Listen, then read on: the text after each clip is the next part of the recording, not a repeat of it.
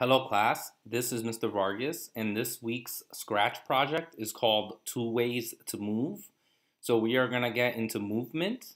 We've already done a little bit of user interactivity. Now we're going to do some movement and next week we're going to work on a simple game. But yeah, I want to talk about movement. There's a couple different ways to move in Scratch and we're going to talk about two of them in this project. In fact, I'm going to have you demonstrate two of them. So this is what the finished product should look like. You're going to have two characters and they're going to round the bases of this baseball diamond, but they're going to do it in two different ways. So I'm going to hit the green arrow and you're going to see one character just kind of jumps to each base. The other one glides to each base. So these are two different ways to do movement. And they both come in handy in different situations. So I'm going to show you how to get started. So I'm going to hit create to create a new project. And I have my requirements right here. So this project has two requirements. The first one is easy, baseball field, diamond, background. The requirements 2 and 3 are just, you're going to make each character move. One of them is going to move using the go-to method. The other one is going to move using the glide method. Requirement number 4 is they properly go around the diamond. So if you have two characters moving and you're using the right methods, that's great, but to get full credit, they need to go around the diamond. And then finally, number 5, something that you guys probably have run into, that I haven't really talked about too much, and this is something just kind of weird about the way Scratch works, is whenever you run your project, the project if a character moves in your project, at the end of the project, he will stay wherever he last left off at. And this can be kind of frustrating. Usually when you play games, the character always starts at the beginning of level 1. It doesn't just stay at where the last time you left off at. So and I'll explain that more as I do the project and you'll see what I mean. All right, so let's do this. First, I'm going to choose a background. And right here, baseball 2 is the one that I used. And now we need our two characters. So you can use the little cat, the cat from the Scratch mascot, that's fine. And then add another one, or you can just add two that you want. So let's see. I'll use this crab over here. All right, so we have a cat and we have the crab. The cat, I actually want to change the way he looks. Right now he's like looking away from the diamond. So I'm going to select the cat sprite. And then you can actually, for direction, I've done it this way where I move the little dial. You could just put a negative here as well. And then that flips him. He's upside down. You can just hit this icon right here. This makes it so that they don't rotate, that he just mirrors left and right. All right, so you may want to make them a little smaller as well. This baseball diamond's kind of small. So over here under size, you can change the size, maybe 50. And then the same thing with the crab, 50. All right. And then we'll put them in their starting positions. All right, so let's make the cat move. And we're going to make the cat move using the go-to method. And I want this to happen when you hit the green flag. So let's go under, where is it? Control. When the green flag is clicked.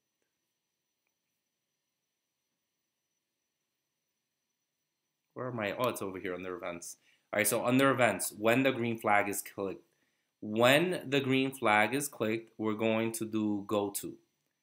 All right, and now you got to figure out what these coordinates are. So the easiest way to do this is by moving the character to where you want them to be, and then look at the coordinates, and then enter those over here. Now, just a quick note about the coordinate system of Scratch. Scratch uses a coordinate system actually really similar to Math Class. So if I put the cat at 0, 0, he goes to the center of the screen. If you increase X, let's say by 100, he moves to the right. If you make X negative, he moves to the left. So it's really similar to math class where you have your origin in the middle of the screen. And the same thing with y. So you make this 50, he moves up. You make this negative 50, he moves down. All right, but for this project, we just want to know where first base is. So let's move the cat to first base. And that's negative, and I'll move him a little higher actually, negative 28, 52. So over here, you do negative 28, 52. All right, let's test to see if this works. So I'm going to put him over here. When I hit the green flag, he should move to this spot. And it worked. All right, so let's throw in another go-to. In fact, let's throw in, and now this is where you run into that problem that I was talking about. In fact, I'm not going to make him go all the way around because I want you guys to see this issue. All right, second base is negative 150, negative 34. So I'll do a little bit higher. Negative 152, negative 29. So x is negative 152. Now these numbers will differ for you guys. You don't have to copy the exact same numbers I put. And then let's move into third base. 25, 77 or negative 77. Now here is a problem that I don't like. Something I don't like about Scratch, right? If I move the cat to the beginning and I hit the green arrow, notice he hops over here. And now if I hit the green arrow again, now he's not moving. He's hopping over here. And I want, every time I hit it, like when I'm done with this project, I want him to go to his original location.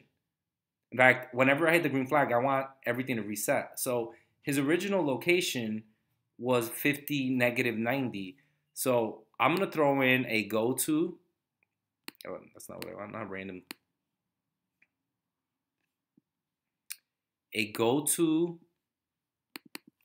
25 negative, no, I want it to be 159, 15, right? 159, 15.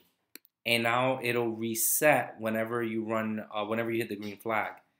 Let me do my last go-to. And actually, the last go-to is the same as your starting spot.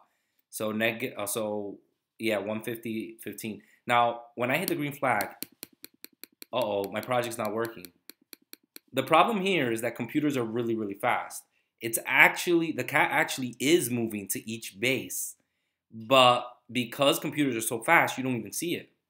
So we need to throw in a wait in between the moves because that's what GoTo does. GoTo moves instantly. It doesn't animate, doesn't glide. It instantly jumps to this location and then it instantly jumps to this location. This code right here is running 30 times a second. So in a fraction of a second, he's moved to all of these and gone back to home, and you never even saw anything because it's just so fast. So let's throw in the weights in here. Where is the weights? It's under control. So let's put in a wait here. Let's just 1 second is fine. So we're gonna make him wait 1 second in between each movement. So now when you hit the green flag, see it takes 1 second, moves over there, moves back here. All right, so this is how to make objects move using GoTo. As you can see, it's not animated. This is good for like if we did a mole whacking game where you have the mole just appear in different positions. Basically, when you want something to just appear somewhere, you can do GoTo. All right, let's talk about a smoother way of moving using glide. So over here we have our crab, and we're going to make our crab glide. So glide 1 second, 2, and then you tell it what locations. Let's go under events. Let's add a when the green flag is clicked event. So this is his starting location. Yep, we're gonna leave that one there. Actually, we'll take care of that later. Let's do first base. All right, first base is negative 31, negative 25, 6. So I'm gonna do negative 25, 6 for first base. Now the nice thing about glide is you don't gotta worry about putting in weights in there. And actually, you know what? I'm gonna move him to second base. Now this is kind of cool. If you move it to second base, you don't gotta put in the numbers. You can just drag the block and it'll already be all set. You actually can do that with the go-to segment that I just did. I did it the long way, but you can, it's probably a little bit quicker to just move the character where you want it to be and then grab the block. And then finally, we want him to go back to his to home. So let's do glide to home, and that's it. So this is this week's project. I just want you to add I want you to add the baseball background, two characters, make them both move. One of them is gonna move using goto. So that one would be basically just appearing at each of the bases. Make sure you add a wait, or it'll look like you're not doing anything because it'll move instantly. And then with the second character, you're gonna do it using glide. So I think this will help us review movement and get us ready to work on a simple game next week. Let me rename my project, Two Ways to Move. Don't forget, hit share. That's how I can check your work. If you don't hit share, I can't see it. And this will be due on Friday, so you have all week to work on it. But if you want to get it done early, I say get it done early, and that way you don't have, you don't have to worry about it. If you have any questions, let me know. Thank you, and have a good week.